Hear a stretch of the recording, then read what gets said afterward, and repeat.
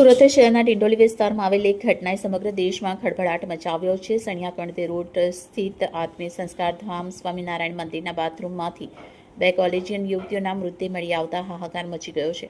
આ કેસમાં હવે આર્ટિફિશિયલ ઇન્ટેલિજન્સ અને પ્રેમ સંબંધના એવા પાસાઓ સામે આવ્યા છે કે ટેસ્લાના CEO ઇલોન મસ્કે પણ આશ્ચર્ય વ્યક્ત કર્યું છે.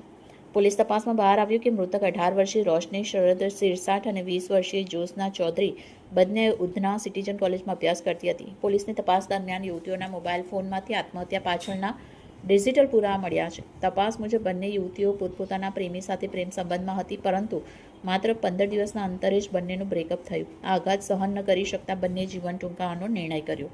આ કેસમાં સૌથી ચોંકાવનારો ખુલાસો એ થયો છે કે યુવતીએ આત્મહત્યા કરવા માટે અત્યાધુનિક AI ટૂલ ચેટ જીપીટીનો ઉપયોગ કર્યો. તેમણે એનેસ્થેસિયાના ઓવરડોઝ દ્વારા કેવી રીતે મૃત્યુ થઈ શકે અને કઈ દવા કેટલી માત્રામાં લેવી તેની માહિતી મેળવી હતી. આ માહિતીના આધારે તેમણે ઇન્જેક્શન લઈને આપઘાત કર્યો હતો.